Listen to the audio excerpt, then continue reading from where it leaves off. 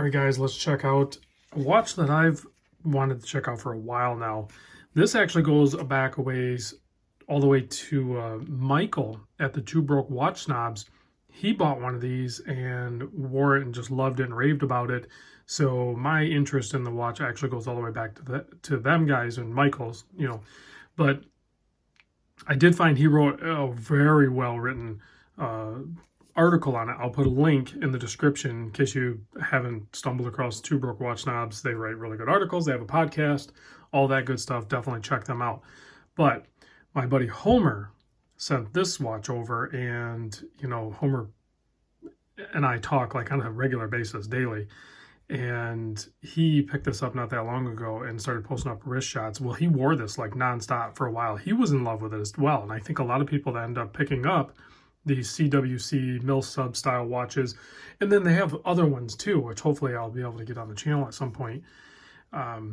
He was raving about it. I thought like he was going to be never willing to give it up, and he was honeymooning with it, so I didn't want to ask for it. But you just give any of us hardcore watch flippers, give them time, and they start getting passed around. So anyway, CWC is Cabot Watch Company. Very cool, simple logo too. That's there's history there, guys. So check out Michael's blog post, and I'm not going to get into all the history. I don't even begin to understand, the reference that it's homage to the old mill subs that were issued to Royal Navy divers and all that stuff. That's about as deep as I went into it. But let's just talk about this watch. So I measure the case at 41.3 millimeters, so 41. Great size, right? And then lug to lug, 47. These are measurements that these are sweet spot measurements for a lot of people. It's 12 millimeter thick, a flat mineral crystal up top. This is kind of their affordable model. So you can see it's quartz. There's no hiding it. It's ticking, and it says quartz right on the dial. And they went with a mineral crystal, and they went with an acrylic bezel insert that has Lume underneath it. So vintage vibe and all that stuff, but also, cost cutting, although we'll talk about the price because I don't think they really cut cost too much. 20 millimeter lug width here, 6 millimeter screw down crown. This watch has screw down crown, screw down case back. So it is, or screw in case back. So it is 300 meter depth rating, and it weighs, with the NATO that it comes on, this really nice gray NATO, weighs 86 grams. So not very heavy, but it is 316L stainless steel, fully polished. There's like no brushing on this at all. It's full polished. The only slight amount of brushing is like in between the coin edge here on the bezel. So this one's using elephant in the room, the quartz movement. It's an ETA though, so it is a Swiss-made watch, Swiss-made movement. The ETA 955.122. It will have a ghost date position when we unscrew the crown and check that. The bezel is a 60 click bezel action, and I'll operate that now.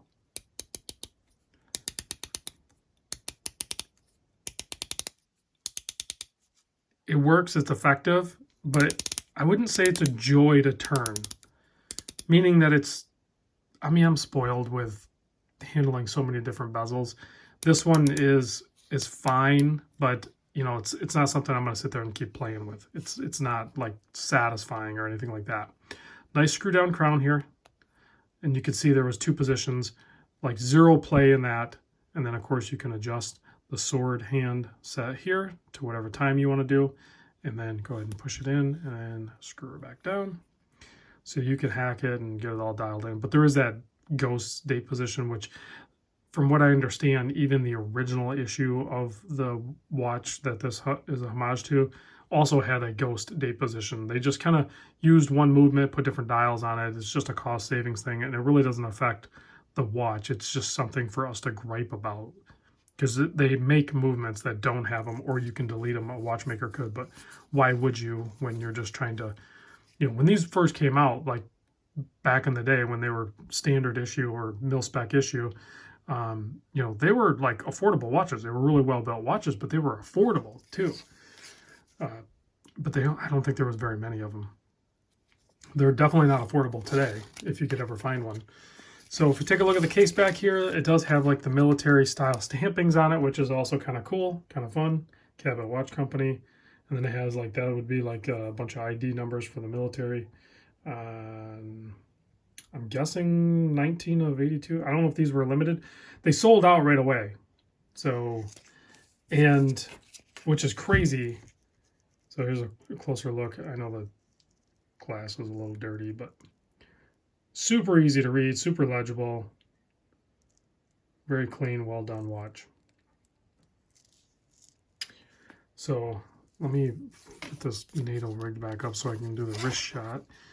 Price on it, I think it's 800 when they were available. They're 899, so 900 pounds.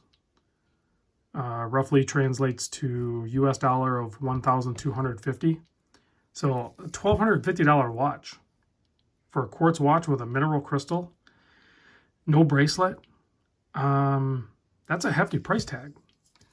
But on the used market, I did a little digging. They kind of hold their value. I think I could be wrong. Chime in the comments if you guys have a better understanding of what they're doing on the used market, secondary market, because they are so hard to find now. So when a used one pops up, it's kind of like I don't know that you can really pick your own or name your own price, but I think one sold on Watch Recon. I forget what, I just used Watch Recon to look, but one sold for like $800. But there's like a couple more listed for around $1,200, $1,300, $1,400. So, and that's for the quartz one. They also had an automatic version with the ETA 2824, I think. And that one listed for basically 2,000 pounds. So that would be US dollar conversion would be like 27.88 right in there. So now you're pushing close to $3,000 for the automatic. And then I don't know, I didn't even look to see what those do on the secondary market or used. So they're a sought after watch, and I get it. It's really cool. So let me pop it on the wrist real quick so you can look at that, and then we'll take a look at the Lume. The Lume is really nice on it, even though it has like a faux patina, which is appropriate for what the watch is. It's Swiss Super Luminova, so it's gonna have good lume. So excuse my struggle with the NATO there, and that's appropriate to be on a NATO because this is, I'm assuming, how they would have been worn either on the two-piece strap or on a NATO or something if they were in the military. So just a great, comfortable watch, accurate, grab and go, and I think the people that have them tend to keep them for the most part just because they're kind of unique. It's something you're just not going to see a ton of, and it's a very good looking case. I would like to see more made. The CWC has the look just nailed down. So it would be nice if the price was lower.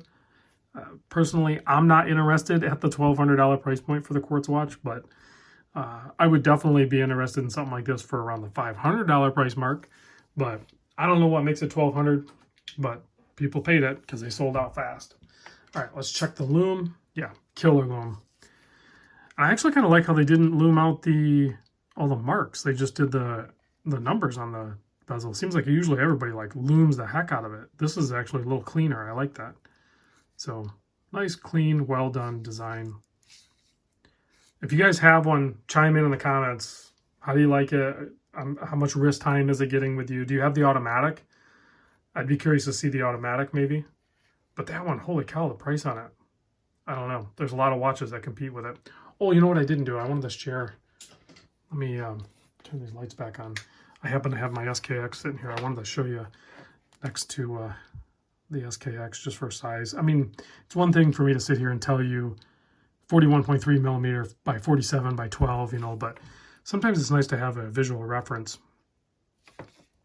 of like the SKX. That's something that's so common. So very similar in size. It's gonna be a little thinner. It's gonna wear more traditional because you have a 3 o'clock crown. All right, guys, thanks for watching. Big thanks to Homer for sharing this. CWC, if you guys ever want to send some watches in to share with the channel, hit me up. I'll see you guys in the next vid.